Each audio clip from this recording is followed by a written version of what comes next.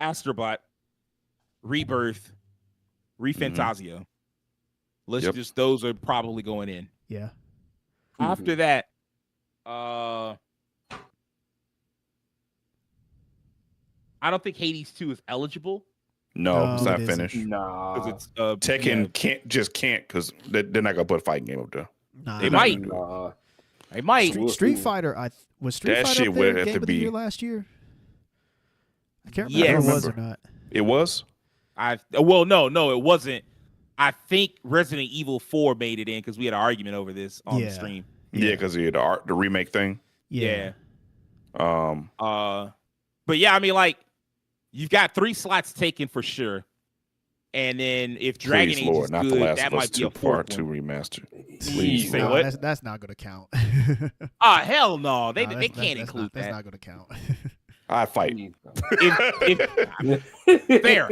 I would fight together. I swear, bro.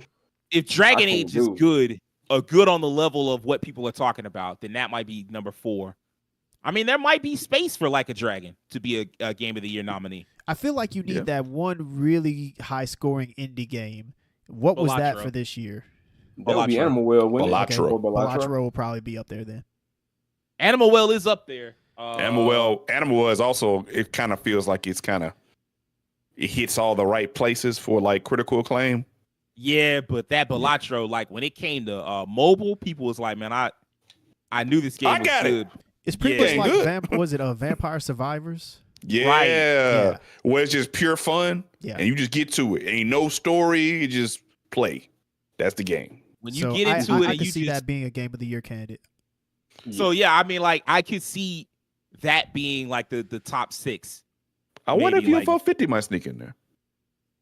I mean, I feel like not enough people have talked about that game. Like I haven't heard enough. I can see that.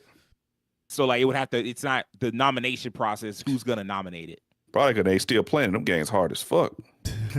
It's 50 of them. There's a lot of games that part I like. How much did you say that game was going for? The cost? Yeah, like $20, I think. Let me see. Wow, that's a really good value, even if those games are short. I heard they were in progress. They worked on that for like 7 years or 6 years. They did. Like that. Let me see what the price was. 25. Okay, 25. That's a good deal. Yeah, 25. You know, it'd be funny. What if Indiana Jones comes out and like when it comes out, it's not going to be eligible. But what if that ends up being like a really good game? It's crazy. I hope so. I hope it's excellent. I hope it's the best game of all time. Amazing.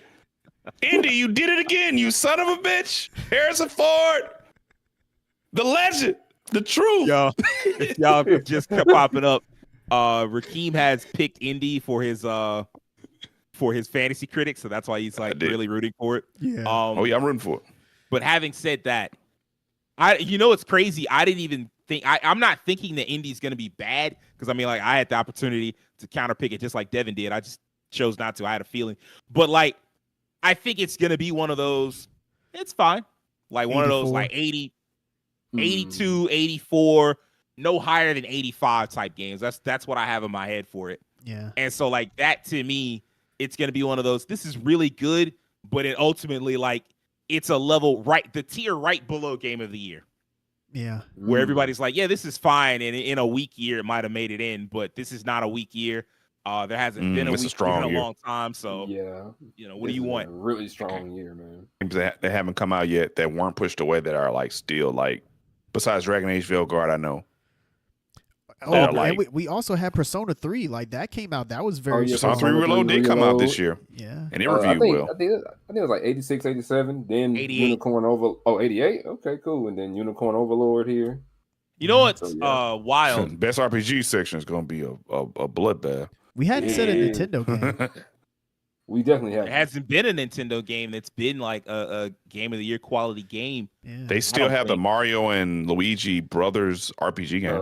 The Brothership game. Now that game, I'm hoping does amazing. I'm sure you do. Actually, hey, I like that series, the Superstar Saga S series. I always like that series, so I hope it's good too. Yeah. I would assume an 84. Anything above that is above my expectations. Like if it hits 86, God forbid, if it hit an 88, I would be over the moon for it. As far as like fantasy critic, I'd be like, holy shit, this game really showed out for me. I don't really count on 90s. Like I feel like that's so like Terrence was just saying, it's so hard. We got spoiled this year. Let's be honest. We got spoiled. God. There's a lot of 90s this year. I guess I'm just mad that I got so close, but yet so far. but it's so hard to predict what's going to hit that 90.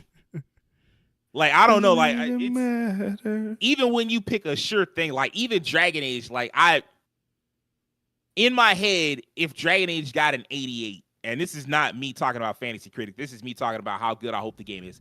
In my head, if Dragon Age gets an 88, it hit my expectations. I mean, that's a great score. Yeah. It's a great score. Good score. And you know like what? Sorry. Go ahead. Good. No, you're good. Go ahead.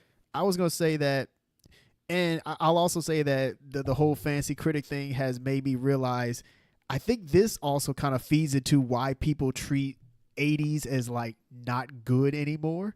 It's like because like they see like these 82s and like how this doesn't really turn out that well in terms of it, like doesn't give you like the highest score on like these fantasy critics, and it's like, oh, this game was bad. And it's like, no, those are still really good scores. Like, don't get twisted.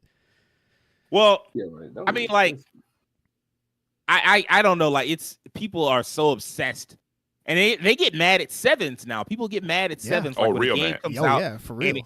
And it gets a 7. If they think it's better than a 7, they're like, oh man, how could you give this game a 7? You don't know gaming.